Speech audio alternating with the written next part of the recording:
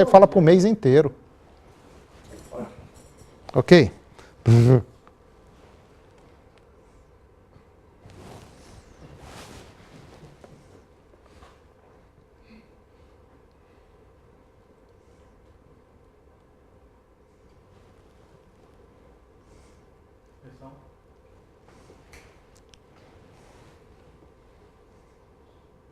Bom dia! Está começando mais um programa Agronegócio e você vai ver agora. Estados Unidos venderam bons volumes de grãos e soja para exportação. Previsões para o próximo ano são otimistas. Cenário para 2019 é de uma safra maior de grãos, com condições climáticas mais favoráveis e um crescimento por volta de 2% no PIB. Especialista fala sobre cerca elétrica. Tem muita gente usando o equipamento de forma errada. Pesquisador comenta sobre eficiência alimentar em bovinos de corte. Resultados de pesquisa apontam que animais apresentam rendimento de eficiência alimentar em até 20% a mais. O programa Agronegócio está começando.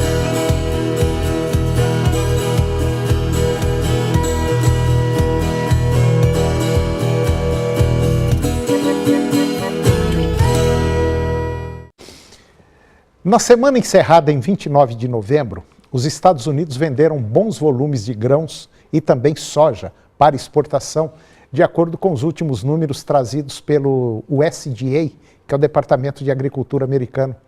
Os totais de soja e milho ficaram dentro das expectativas do mercado, enquanto o trigo superou o intervalo esperado. As vendas semanais de soja norte-americanas foram de 890 mil toneladas da safra 2018-2019, enquanto os trades esperavam entre 600 e 900 mil toneladas. A maior importadora da oleaginosa dos Estados Unidos na última semana foi a Argentina. Em toda a temporada, o país já comprometeu 24 milhões de toneladas contra mais de 36 milhões de toneladas do mesmo período do ano passado. A estimativa do USDA é de que as vendas americanas somem 51 milhões de toneladas. As previsões para o próximo ano são otimistas. A CNA, ela divulgou as suas estimativas para 2019 e dentre as perspectivas está uma safra maior de grãos devido às condições climáticas mais favoráveis. Deve haver ainda um crescimento de 2% do PIB do agronegócio. Além disso, a entidade prevê uma alta de 4,3% no valor bruto da produção, que mede o faturamento da atividade agropecuária dentro da porteira. Nas exportações foram embarcadas quase 297 mil toneladas de carne de frango em novembro, o que representou 467 milhões de dólares, isso dentro de 20 dias úteis do mês de novembro. A média diária ficou em 14.800 toneladas, 3,3% menor que o mês de outubro. Já as exportações de carne suína chegaram a 51 mil toneladas embarcadas em novembro, e isso rendeu 94 milhões de dólares. Também com 20 dias úteis, a média diária ficou em 2.600 toneladas, 3,3% a mais que o mês de outubro. Em relação à suinocultura, de acordo com informações do CPEA, o suíno vivo tem obtido valorizações de preço desde julho deste ano, devido à menor oferta de animais para abate. E em novembro, a média mensal chegou ao maior patamar de 2018. O cenário para 2019 é realmente de uma safra maior de grãos, com as condições climáticas favoráveis. Nós deveremos ter aí um crescimento de 2% no produto interno do agronegócio, como nós já falamos, e uma alta de 4,3% no valor bruto da produção, que mede o faturamento da atividade agropecuária para dentro da porteira. E essas estimativas são da CNA. E a CNA também divulgou dados que mostram o Brasil como líder mundial em agropecuária sustentável. E de acordo com a CNA, o setor agropecuário ele foi prejudicado em 2018 pelo ambiente institucional em razão da greve dos caminhoneiros e do tabelamento do frete. São fatores que provocaram a alta dos preços dos alimentos e também dos fertilizantes. Os produtores também conviveram com condições climáticas desfavoráveis, o aumento dos custos de produção e a queda dos preços e também da rentabilidade. No entanto, o setor foi destaque nas exportações, com receita de 93,3 bilhões de dólares de janeiro a novembro, uma alta de 4,6% em relação ao mesmo período do ano passado, respondendo por 42% das vendas externas totais do país.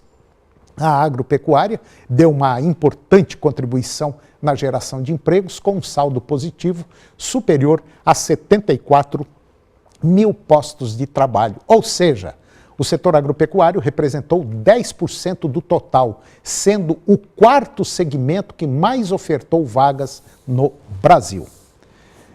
E agora vamos ver como anda o tempo para hoje no estado de Goiás. Para a maioria dos municípios, nós deveremos ter hoje pancadas de chuva à tarde, predomínio de sol pela manhã e deve chover à tarde com trovoada. Vamos conferir agora a temperatura para os principais municípios produtores do estado de Goiás. Porangatu, 30 a máxima e 21 a mínima. Campos Belos, 35 a máxima e 25 a mínima. Ceres, 28 a máxima e 20 graus a temperatura mínima. Lusiânia, 25 a máxima e 20 a mínima. Jussara, 30 a máxima e 22 a mínima. Anápolis, 25 a máxima e 19 a mínima. Acreúna, 32 a máxima e 22 a mínima. Quirinópolis, 33 a máxima e 21 a mínima. Jataí, 33 a máxima e 19 a mínima. E Ipameri, 27 a máxima e 20 graus a temperatura mínima. E depois do intervalo, o especialista vai falar sobre cerca elétrica. Tem muita gente usando o equipamento de forma errada. E o pesquisador da Embrapa vai comentar sobre eficiência alimentar em bovinos de corte. Resultados da pesquisa apontam que animais apresentam rendimento de eficiência em até 20% a mais. Nós voltamos já.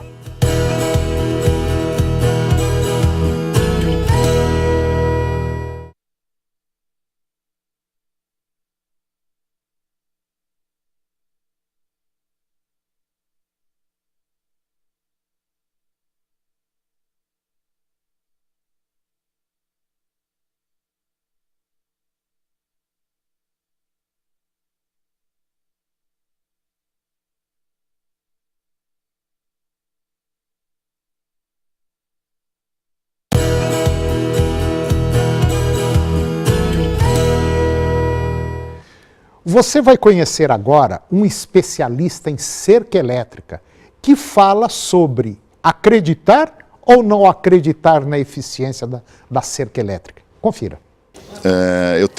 Você comentou sobre acreditar ou não acreditar. Eu tenho uma passagem que aconteceu comigo, conversando com um consultor famoso. Uma vez ele me disse, não acredito em cerca elétrica. Aí eu respondi para ele assim, meu amigo, trabalho com tecnologia. E o senhor conhece essa tecnologia? E ele, claro que eu conheço, tem 30 anos que eu uso isso. Aí eu fiz algumas perguntas básicas. Como é que é a disposição dos fios para numa cerca elétrica para vacas de cria no centro-oeste na seca?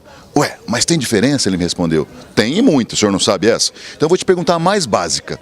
Quantos volts tem que ter um arame? Qual que é a voltagem mínima que precisa ter no arame para que os animais comecem a respeitar a cerca? Ele também não soube me responder essa pergunta. Aí eu bati nas costas dele e falei assim, o senhor conhece alguma tecnologia que funcione bem, onde você não consegue responder a primeira pergunta dela? Na verdade, como qualquer tecnologia, ela tem os passos a serem seguidos. Eu costumo comparar muito, por exemplo, com IATF. As vacas vão entrar em cio se eu não obedecer corretamente o protocolo? Não. A mesma coisa é a cerca elétrica. Então eu tenho que dimensionar esse eletrificador, eu tenho que configurar essa cerca, como é que são esses fios, eu tenho que saber regular a altura, regular a distância entre postes, regular o aterramento. Então são vários quesitos que devem ser obedecidos para que a tecnologia funcione. Mas cerca elétrica não segura Nelore. Eu conheço propriedades, e não é uma, não, duas, são várias, que utilizam cerca elétrica para Nelore e dá certo. Na verdade, o Nelore é muito mais fácil de conter, por exemplo, do que o cruzamento. O Nelore ele é mais reativo, então ele respeita mais o choque. Nelore, de maneira geral, depois que ele conheceu o choque, ele passa a testar essa cerca 2 a 3 vezes por semana. O cruzamento industrial testa a cerca 2 a 3 vezes por dia. Então, na verdade, é mais fácil segurar conter um animal com Nelore do que o cruzamento industrial. Agora, onde é que o pessoal erra, então, na implantação de uma cerca? Primeiro, é o trabalho que a gente vem fazendo. Falta informação na orientação da construção dessa cerca. Então a gente tem investido muito em treinar técnicos para que essas pessoas estejam capacitadas a orientar a instalação de uma boa cerca no mercado, no país. Infelizmente, eu sou veterinário, infelizmente eu não aprendi essa tecnologia na minha faculdade e isso, de maneira geral, não é ensinada nas faculdades. Então eu estou há 7 anos na Truteste e quando eu me dei conta que eu não sabia, logo que eu entrei na empresa, e conversando com muitos outros amigos que também não sabiam nada sobre a tecnologia, eu falei, para tudo, nós precisamos treinar um país inteiro. Então hoje eu estou, por exemplo, na minha 10ª aula na Exalc, a convite do professor Moacir Corsi, em parcerias com o FMG, Universidade de Goiás, Embrapas. Então, ensinando a instalar cercas. Ensinando a instalar cercas. Mas, então, o negócio é treinar pessoas, para que as pessoas possam levar essa informação para o mercado. Mas, tentando resumir, para que as pessoas entendam melhor sobre cerca elétrica, a melhor maneira de fazer uma analogia bacana é compará-la a um sistema hidráulico. A bomba d'água empurra a água no tubo. O eletrificador empurra o choque no arame. Quanto mais HP a minha bomba d'água tem, mais água ela empurra, eu tenho mais vazão. O aparelho de choque, a unidade de potência não é HP, chama Joule. Mas pensa no Joule como se fosse HP mesmo. Então é uma bombinha de meio, eu tenho uma bombinha de meio, eu tenho uma bombinha de 63. Então, quanto mais Joule ou HP eu tenho, mais voltagem eu tenho que pôr no arame. O animal começa a respeitar a cerca se eu tiver no mínimo 4.000 volts. Se eu não tenho 4.000 volts, eu não tenho cerca. Então, assim, eu preciso ter uma bomba capaz de garantir essa minha voltagem por ter o maior alcance possível ou superar as maiores resistências possíveis. Então, mas e o capim? O capim é como se fosse um furinho na minha tubulação. Imagina uma tubulação cheia de furinho e sua bomba d'água é pequena. A água não chegaria no final. Agora imagina essa mesma tubulação cheia de furinho e você coloca uma bomba d'água grande. Você continua tendo perdas, mas você compensa fazendo que chegue no final. É assim que a Nova Zelândia trabalha. Como a mão de obra lá é muito cara, em vez de ficar pagando gente para ficar recuperando cerca, ele põe uma bomba grande e confia que vai ter choque positivo durante o ano inteiro. E sendo assim a coisa funciona. E sendo assim a coisa funciona. E se eu tenho se eu tenho sobra de potência, eu tenho choque de verdade, primeiro o animal respeita mais, eu posso diminuir drasticamente, aumentar drasticamente as distâncias entre postes. Eu tenho cercas no Brasil com 50 metros de distância entre postes segurando Nelore. Então, a proposta da cerca elétrica é substituir estrutura por choque. Por isso que ela fica muito mais prática e muito mais barata e flexível e eu podendo realmente mandar. Eu tenho uma brincadeira que eu faço sempre assim. Se na sua fazenda você tem pasto rapado ou pasto passado, quem está mandando na fazenda é o gado e não você. E a forma de você mandar na fazenda é você piqueteando e fazendo um rotacionado. Porque se você deixar, o animal vai selecionar e vai ficar comendo só a folhinha macia num canto e o outro canto do pasto, o capim vai passar. E depois do intervalo, o pesquisador vai comentar sobre o trabalho que a Embrapa vem fazendo com bovinos de corte na área de eficiência alimentar. É um minutinho só.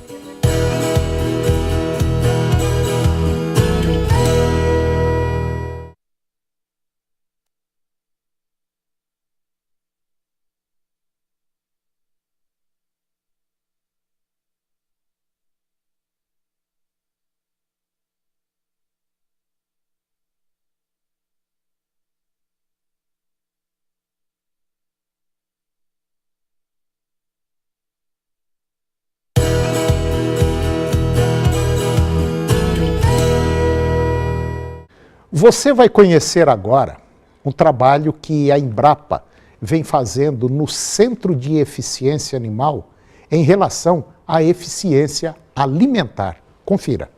Eu vou conversar agora com o pesquisador Cláudio Manha Bosco, que é o coordenador do Centro de Estudos e Desempenho Animal aqui da Embrapa e que está fazendo um trabalho já há alguns anos mostrando principalmente eficiência alimentar. que é um tema muito, muito, muito importante, principalmente para você que é pecuarista e trabalha com gado de corte. É uma tecnologia que, queira ou não, você vai ter que aprender a medir na sua propriedade para saber se está dando resultado positivo ou não. É mais ou menos isso, Cláudio? Exatamente. Na realidade, a gente é um centro de fenotipagem de excelência e nós estamos aqui para gerar informações úteis que devem ser utilizadas não só para o selecionador, mas para o produtor de bezerro de corte, o gado comercial. Por quê?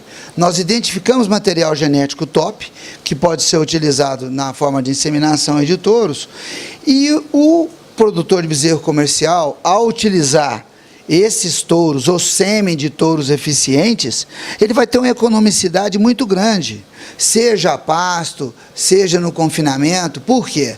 Por causa que essa característica ela é transversal, não só para quem confina, mas quem também está no sistema de pastagem. Lembrando que os machos vão embora para o abate e as fêmeas permanecem na fazenda produzindo por 8, 9, 10 anos. O que até agora vocês já conseguiram de resultado positivo nessa eficiência alimentar? Um percentual, por exemplo. O que vocês já conseguiram de diferença do melhor, vamos dizer, para o pior? Excelente pergunta, obrigado. Nós então, estamos trabalhando entre amplitude, entre o mínimo, o pior e o melhor, da faixa de 18% a 23% de diferença entre o animal que ganha peso e não é eficiente e entre o animal que ganha peso e é eficiente. Uma diferença fenotípica, ou seja, bruta, de 22%. Se você pensar numa herdabilidade, numa herança genética, né, um parâmetro de meio, nós estamos falando facilmente em torno de 10% a menos de consumo genético, que é passado de pai para filho. Quer dizer, vai comer menos e engordar mais. Exatamente, resumindo é isso. Vai ter uma velocidade grande, vai engordar mais e vai comer menos. Mas eu venho batendo numa tecla talvez interessante.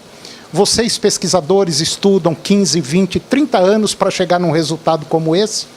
Se o usuário, o pecuarista, não tiver um preparo, uma gestão e fizer um manejo eficiente, não vai resolver não, né? Olha, 70% do custo vem pela boca. Se você usar o animal mais eficiente do mundo numa pastagem degradada e não manejar e não fizer uma gestão eficiente da sua propriedade, vai nadar e morrer na praia. Vai afogar num copo d'água ou tropeçar num pelo de perna. Porque você tem a genética, você tem a tecnologia, você tem todas as informações e você não as utiliza, né? Então, aí realmente não tem como fazer. Por isso que nós recomendamos. O nosso sistema é integração lavoura, pecuária e floresta. Nós trabalhamos com pastagem de qualidade, uma nutrição de qualidade, simples, e uma genética de qualidade. Isso tudo, essa somatória desses fatores, leva ao quê? A eficiência na pecuária de ciclo curto. De maneira geral, o pecuarista pensa mais em gasto do que em investimento. E o que vocês estão fazendo é um investimento para ter lucro lá na frente. Eu costumo dizer que caro é o que não dá retorno. Então, conhecimento, informação, ela é muito preciosa. Então, eu acredito, inclusive, que a capacitação técnica dos nossos técnicos, dos nossos pecuaristas, dos nossos veterinários, dos nossos zootecnistas, dos nossos agrônomos, a gente tinha que encontrar a maneira, o pessoal tem que investir mais em conhecimento técnico para aproveitar melhor o conhecimento gerado pela pesquisa, pelas universidades, pelas associações, esse trabalho aqui que é feito a nem sei quantas mãos. Então, se a pessoa não tiver capacitação de incorporar isso, utilizar e transferir isso para o produtor rural, não fica complicado, Antônio. Não valeu de nada a pesquisa. Exatamente. Vamos para mais um intervalo e depois nós vamos falar um pouco mais sobre esses resultados positivos da eficiência animal. Nós voltamos já.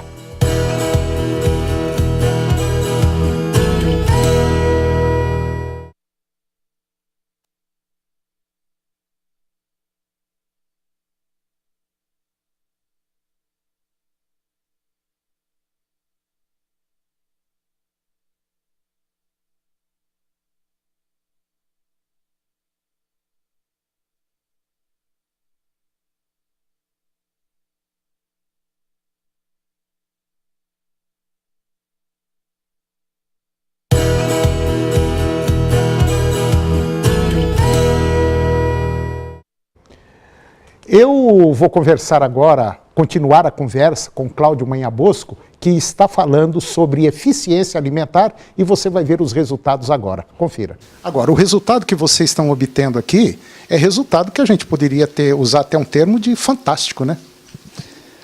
Antônio, eu costumo ser muito entusiasmado e eu acredito no que eu faço.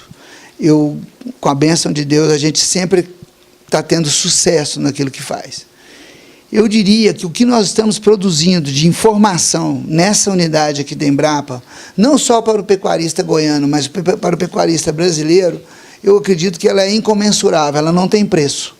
Porque ela é além de você ter o momento do animal, no manejo, você tem informação de manejo, o momento do animal, você tem uma coisa mais preciosa, que a genética ela não se perde, ela incorpora tanto a parte negativa como a positiva. Cabe a você, pecuarista, cabe a você, técnico, decidir o que fazer. Se você vai para o céu ou se você vai para outro lugar. Né? Então, a informação está aí, você tem que ter discernimento. Nós, pesquisadores, acreditamos que a gente pode mudar a pecuária, sair de uma pecuária tradicional e entrar numa pecuária de ciclo curto, e as informações estão aí, as alternativas estão aí, e nós acreditamos que elas devam ser utilizadas com muita frequência e com uma magnitude, um fator multiplicativo muito grande. Nós temos que levar em consideração também alguns fatores. Está aumentando a quantidade de pessoas no mundo, 2030, 2050 está batendo a nossa porta. O Brasil hoje é considerado o país basicamente fornecedor de alimentos para o planeta. Nós estamos entrando numa nova fase política, econômica, ética e social, e eu acho que o momento é esse. Aproveitar o que tem, encarar a coisa com profissionalismo e investir na fazenda. Eu acho que essa nova fase, que eu acredito que vai ser uma fase de muito trabalho, muita seriedade, recuperar uma série de coisas, né? Alguns equívocos. Mas eu sou entusiasmado por natureza, eu acredito, o caminho para frente, sabe? Então, olhando para frente, eu não tenho a menor dúvida que nós vamos ter êxito. É a nossa vida comercial, a nossa atividade técnica e, por conseguinte, eu acho que também na nossa vida pessoal, porque é o prazer pessoal de estar satisfeito, de estar produzindo, é algo muito importante para o ser humano. E ter certeza de que a gente está fazendo um trabalho que vai dar resultado, um trabalho para a humanidade. Nós estamos servindo a população do mundo. Exatamente, você mencionou, muito bem mencionado, a questão do vamos dobrar a população. E o que nós estamos fazendo, Antônio, é o quê? Viabilizando a produção de alimentos de qualidade com o menor custo possível. É o que nós podemos fazer, no caso aqui, nesse projeto da pecuária de corte. E muitos outros colegas estão tendo projetos maravilhosos na área agronômica. Então é isso, eu acho que o Brasil, na somatória da agricultura, da pecuária, do ambiente, do manejo sustentável, eu acho que nós estamos no caminho certo. Eu vou usar uma frase que eu ouvi quando eu tinha 8, 9 anos, na época do presidente Garrastazu Médici, era: nós somos o celeiro do mundo, o Brasil vai ser o celeiro do mundo. Eu acho que ele não vai ser, ele já é. Proteína animal, vegetal e produção de alimentos com responsabilidade mundial e sustentabilidade. E o programa Agronegócio chegou ao fim e eu termino com a seguinte frase: a verdadeira viagem de descoberta não consiste em procurar novas paisagens, mas sim em ter novos olhos. Um grande abraço, um bom dia e até o próximo programa.